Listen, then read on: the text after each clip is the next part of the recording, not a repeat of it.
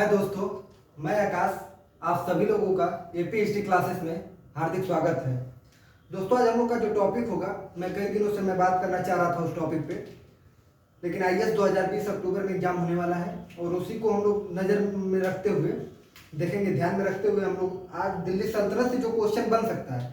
ऐसा नहीं कि हम लोग दिल्ली सल्तनत डीपली नहीं करेंगे, डीपली ही करेंगे, लेकिन जो क्वेश्चन बनने की जहाँ से संभावना ज़्यादा है वहाँ से हम लोग बात करेंगे। वैसे तो दिल्ली सल्तनत पूरा पढ़ेंगे हम लोग, देखेंगे कि गुलाम वंश से लेकर हम लोग पढ़ेंगे लोधी वंश तक और अंतिम शासक इब्राहिम लोधी तक पढ़ेंगे, लेकिन उसमें से जो मेन है उसको हम लोग ज़्यादा ध्यान देंगे। 4 अक्टूबर 2020 को नज़र में रखते हुए तो आइए देखते हैं हम लोग क्या देखेंगे। दिल्ली सल्तनत,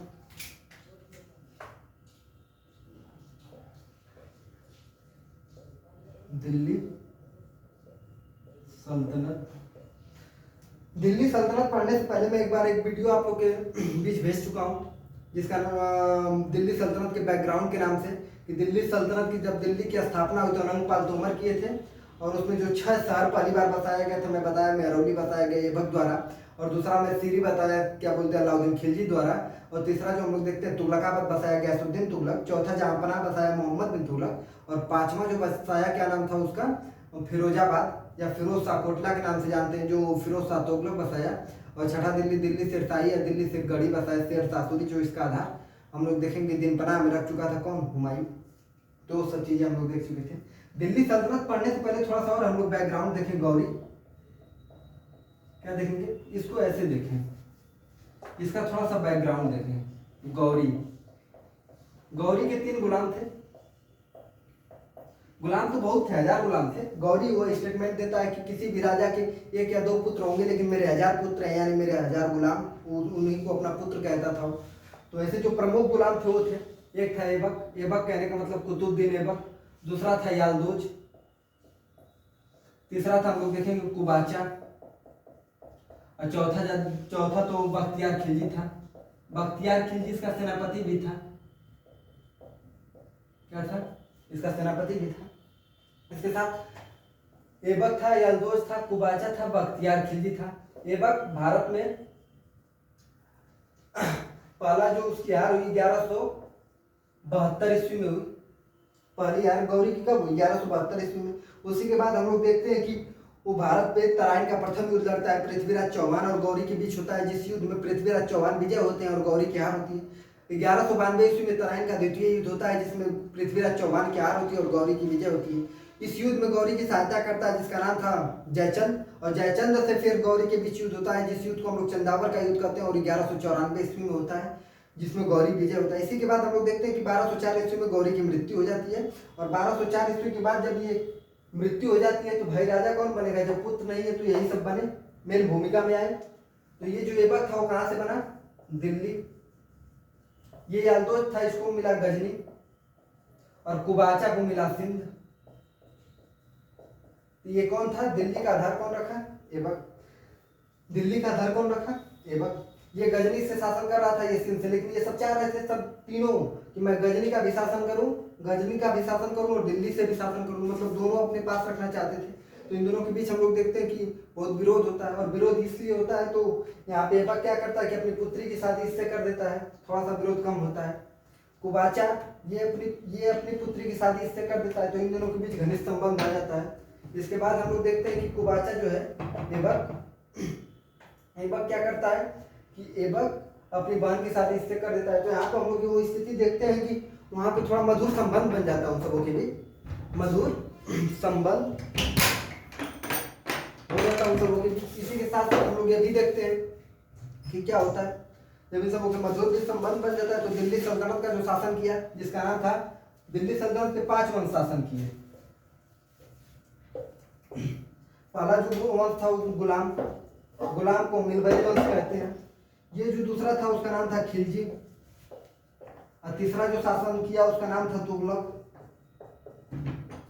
चौथा जो शासन किया उसका नाम था सैयद, और पांचवा जो अंतिम किया उसका नाम था लोधी। गुलाम वंश कब से कब तक दिल्ली सल्तनत पे किया? तो 1206 से 1290 तक।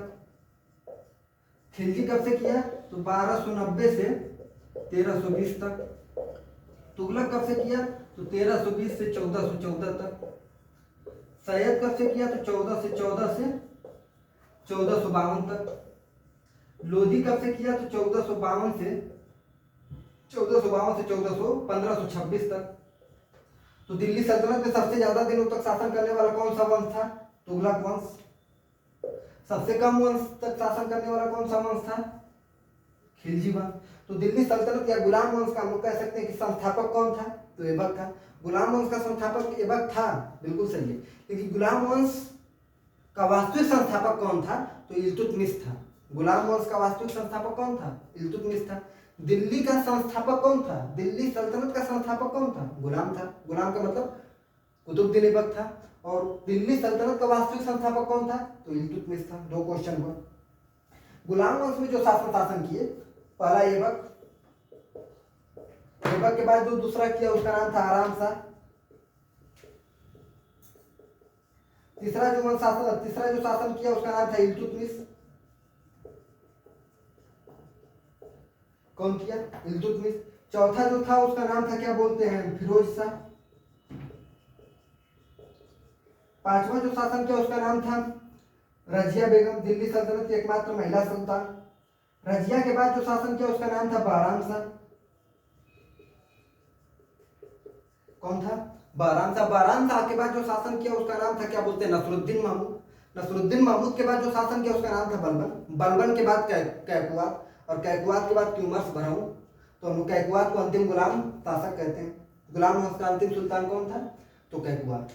अब ऐबक क्या किया? पहला क्वेश्चन सुनिए। कुतुब मीनार की नींव कौन रखा था? ऐबक। किसके याद में रखा था? तो काकी। काकी के गुरु का क्या नाम था? मोइनुद्दीन। काकी के शिष्य का क्या नाम था? बाबा फरीद। बाबा फरीद के शिष्य का क्या नाम था? निजामुद्दीन औलिया। निजामुद्दीन औलिया के शिष्य का क्या नाम था? तो अमीर खुसरो। निजामुद्दीन औलिया ही हम लोग देखेंगे कि तुगलकनामा, जो अमीर खुसरो की पुस्तक है, तुगलकनामा किसकी पुस्तक है? तो अमीर खुसरो की। तो निजामुद्दीन औलिया एक शब्द बोले थे, दिल्ली अभी दूर है तो हमको आगे भी देखेंगे कि किसको बोले थे। तो गयासुद्दीन तुगलक, जो तुगलक वंश का संस्थापक था। तो ऐबक किस वंश का संस्थापक था? गुलाम वंश का। खिलजी वंश का संस्थापक कौन था? जलालुद्दीन खिलजी। तुगलक वंश का गयासुद्दीन तुगलक या गाजी मलिक कहा जाता है। सैयद वंश का खिज्र खान। लोधी वंश का बहलोल लोधी। तो ये सब शासन किए गुलाम वंश से। खिलजी वंश में कौन कौन था? जलालुद्दीन खिलजी, अलाउद्दीन खिलजी, मुबारक खिलजी, और इसके बाद खुसरो खान। तुगलक वंश में कौन कौन था? गयासुद्दीन तुगलक, मोहम्मद बिन तुगलक, फिरोज शाह तुगलक, गयासुद्दीन तुगलक शाह द्वितीय, अबू बकर मोहम्मद बिन तुगलक शाह द्वितीय, और इसके बाद हम अंतिम शासक नसरुद्दीन महमूद को देखते हैं। सैयद वंश में जो अंतिम शासक था उसका नाम, सैयद वंश में जो शासन किया, पहला खिज्र खान, दूसरे का नाम था मुबारक शाह, तीसरे का नाम मोहम्मद था, चौथा जो अंतिम शासक था सैयद वंश का उसका नाम था अलाउद्दीन आलम शाह। लोधी वंश में जो शासन किया उसका नाम था बहलोल लोधी, सिकंदर लोधी, इब्राहिम लोधी। 3 शासक थे। लोधी वंश का अंतिम सुल्तान कौन था? इब्राहिम लोधी। दिल्ली सल्तनत का अंतिम सुल्तान कौन था? इब्राहिम लोधी। रणभूमि में मारा जाने वाला शासक कौन था? इब्राहिम लोधी। पानीपत के प्रथम युद्ध में किसकी हार हुई? इब्राहिम लोधी की। पानीपत के प्रथम युद्ध में किसकी विजय हुई? बाबर की। पानीपत के प्रथम युद्ध में जो तोपखाना का प्रयोग किया गया था किसके तरफ से किया गया था? तो बाबर की तरफ से। जो तोपखाना का प्रयोग किया गया था उसमें 2 तोपखाने थे,